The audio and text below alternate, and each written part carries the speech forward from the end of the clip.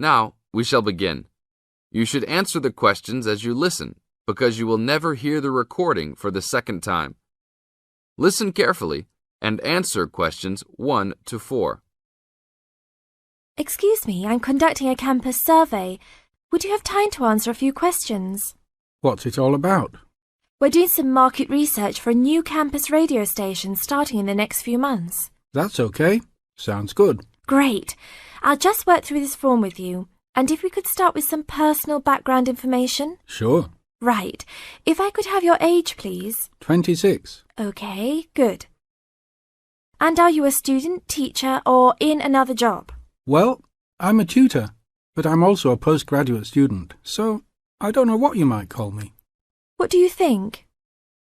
Okay, well, I'm more of a teacher, really. Fine. And would you mind if I asked about your salary, or I could leave it blank? No, that's okay. It's $20,000 a year. Thanks. Right. Now about your current listening habits. What would you say is your main reason for listening to radio? Well, I'm usually busy during the day at work, so I usually only listen to the radio at night. It helps me relax and unwind, even if I'm studying. Good. And how many hours a day on average do you listen to the radio? Well, not a lot really. I'd say just over an hour all told.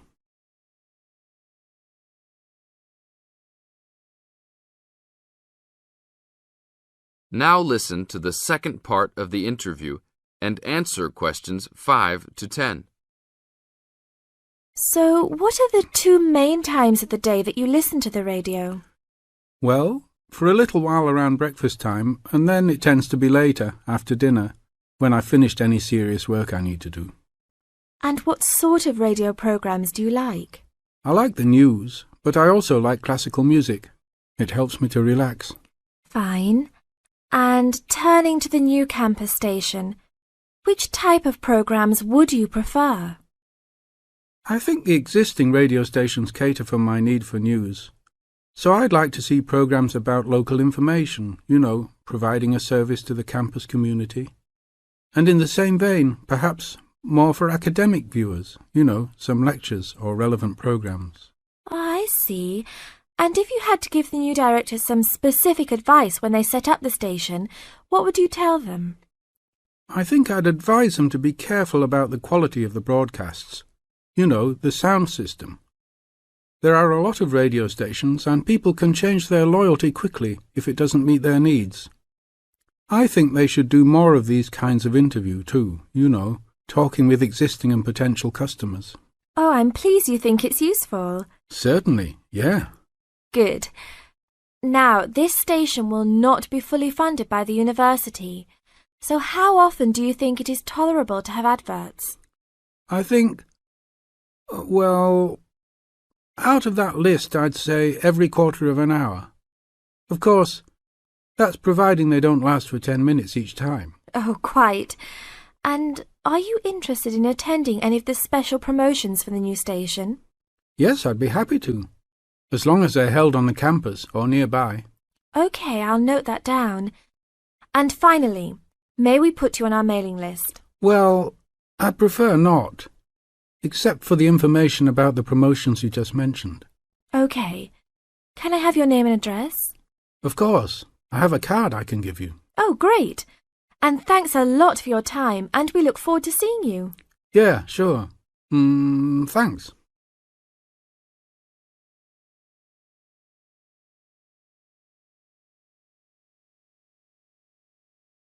Now, listen carefully and answer questions 11 to 17.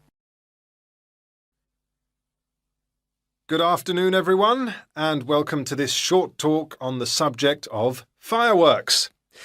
Now, fireworks, as I'm sure many of you know, were invented in China, though there has long been disagreement as to exactly when, or even in which century. The consensus nowadays, though, is that it was in the 6th, as there is considerable evidence of war rockets being made then. We also know that fireworks were in use by the 7th century in Arabia, where they were called Chinese arrows, reflecting their military potential. It then took a long time for them to spread to Europe, In fact, it wasn't until the 1200s that fireworks made their appearance there.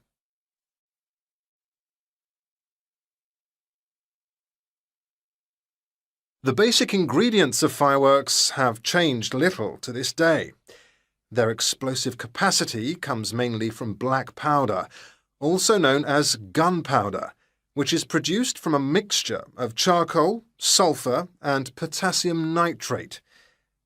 A modern aerial firework, the kind used nowadays in big public displays, not the small rocket type that you might remember from your childhood, is normally made in the form of a shell, often a sphere about the size of a peach.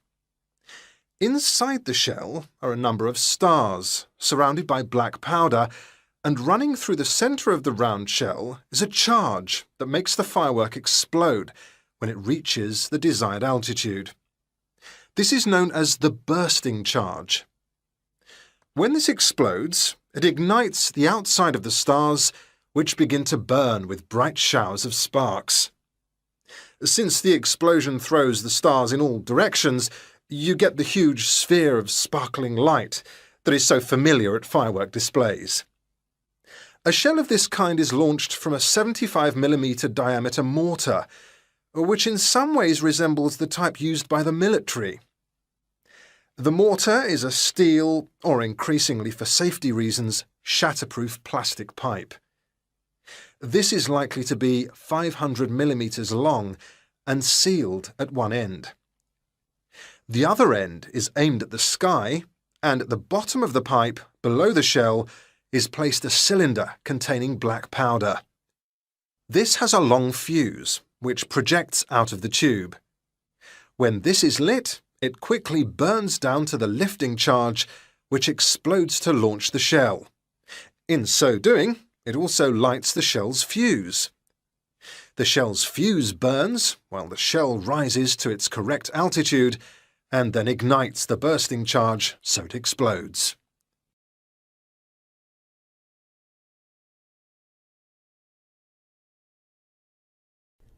Now listen and answer questions 18 to 20. More complicated shells are divided into sections and burst in 2 or 3 phases. Shells like this are called multi-break shells. They may contain stars of different colours and compositions to create softer or brighter light, more or less sparks, etc.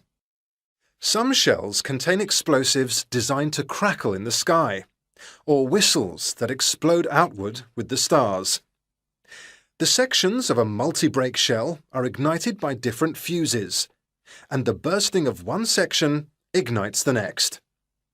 The shells must be assembled in such a way that each section explodes in sequence to produce a distinct, separate effect.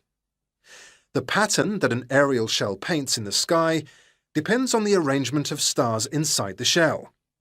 For example, if the stars are equally spaced in a circle, with black powder inside the circle, you will see an aerial display of smaller star explosions equally spaced in a circle.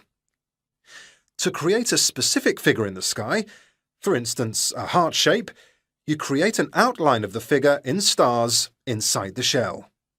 Then you place explosive charges inside those stars to blow them outward into the shape of a large heart. Each charge has to be ignited at exactly the right time, or the whole thing is spoiled. Many other shapes have particular names, like the willow. This is formed by stars that fall in the shape of willow tree branches, spreading a little to the side and then downwards. The high charcoal composition of the stars makes them long burning, so they may even stay visible until they hit the ground. The ring shell is fairly basic. It is produced by stars exploding outwards to produce a symmetrical ring of coloured lights. More complex is the pattern created by the palm, which contains large comets or charges in the shape of a solid cylinder. These travel outwards, explode and then curve downwards, like the limbs of a palm tree. The serpentine, the last one for now, is different again. When this one bursts, it sends small tubes of incendiaries scattering outwards in random paths, which may culminate in exploding stars. It can be quite spectacular.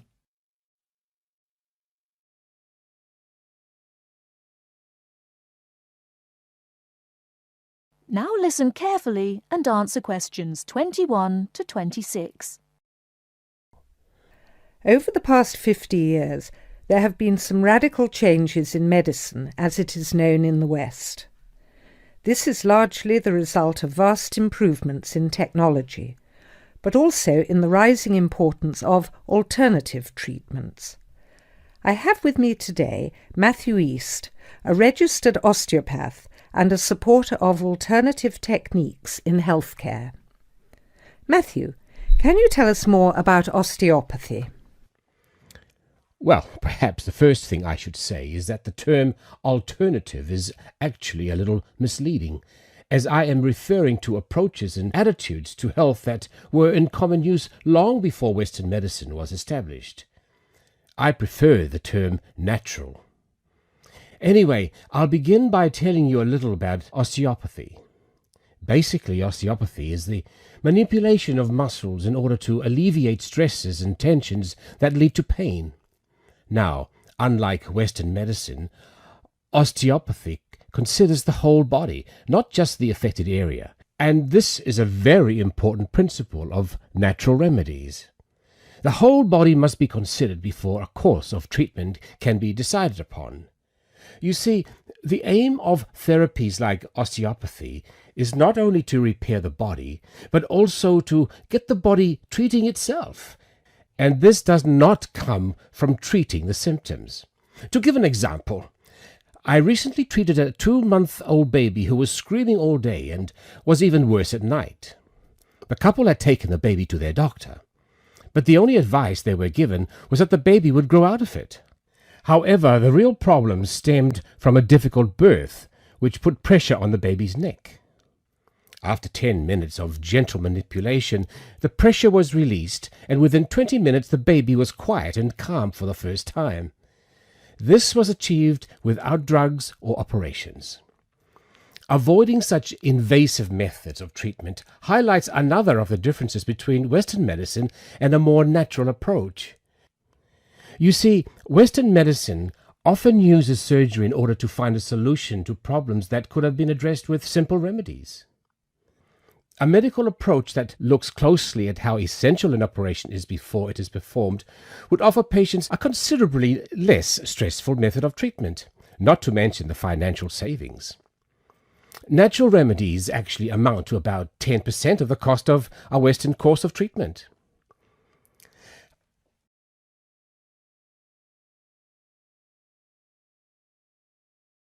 Now listen and answer questions 27 to 30. I'd like to mention the subject of surgery again a little later, but I would like to say at this point that there are those that claim that the benefits of osteopathy and herbal therapies are largely psychological, that they have not undergone the clinical trials that pharmaceuticals have. To answer that, you only need to look at the example I gave earlier of the baby that stopped crying less than an hour after treatment, but was obviously far too young to react because of purely psychological factors. Another example can be seen in the successful use of acupuncture in the treatment of animals. In response to criticism regarding clinical trials, it is worth noting that the power of pharmaceutical companies is such that, although some drugs fail the standards required of them, they are sometimes still prescribed by doctors. Moving on to another point, it should be stressed that natural remedies, in addition to having no side effects, can also be applied to any patient. Now, I'm not suggesting that the same treatments are used indiscriminately.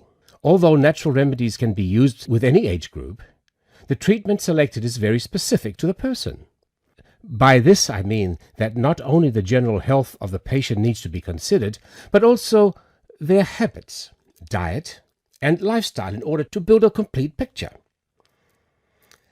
However, I am not suggesting that we should reject Western medicine entirely. In fact, there have been occasions when I have referred patients to their doctor, as I felt that in those cases it was the most suitable course of action.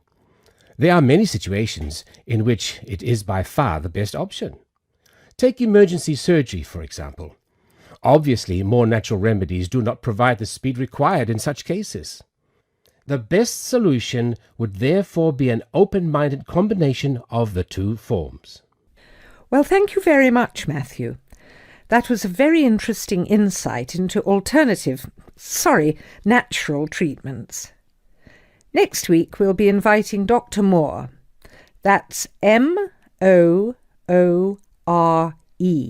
onto the programme to argue his case as a doctor. Until next week, then, goodbye.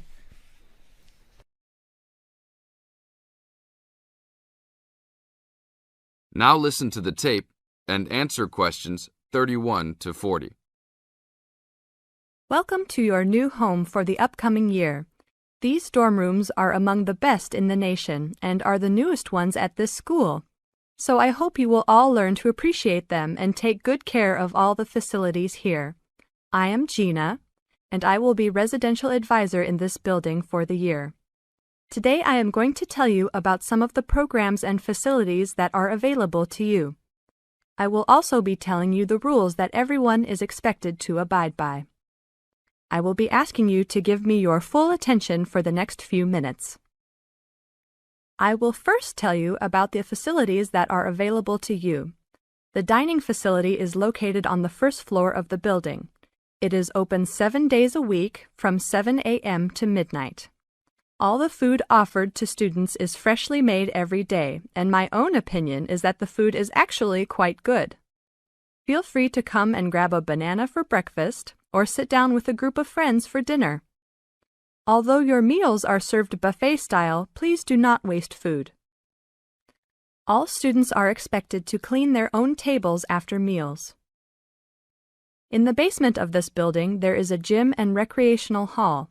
The gym has workout equipment such as treadmills and weight sets. In the recreational hall, there are ping pong tables and a pool table for student use.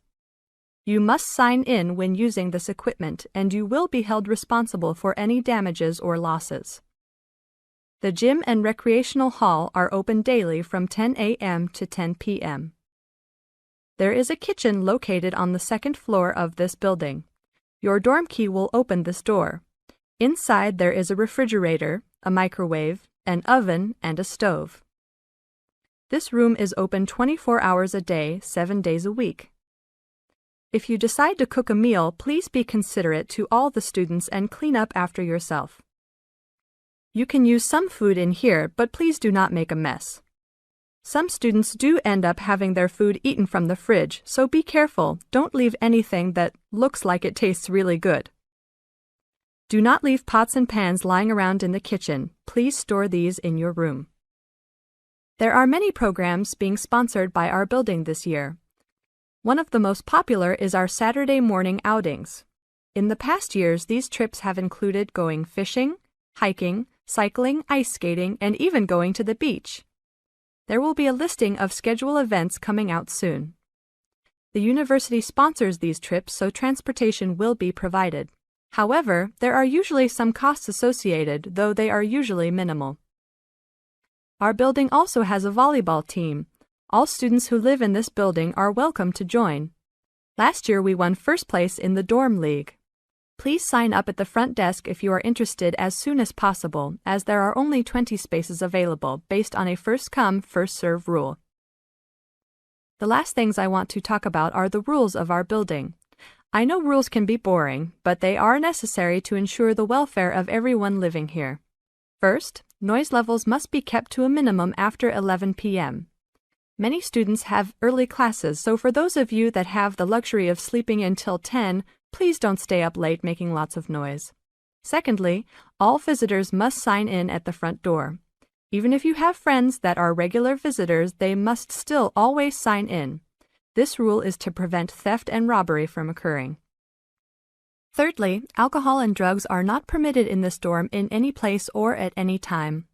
Lastly, just be safe and have a great time. University is the greatest time of your life, so make the most of it. Thank you all for your attention. You now have half a minute to check your answers.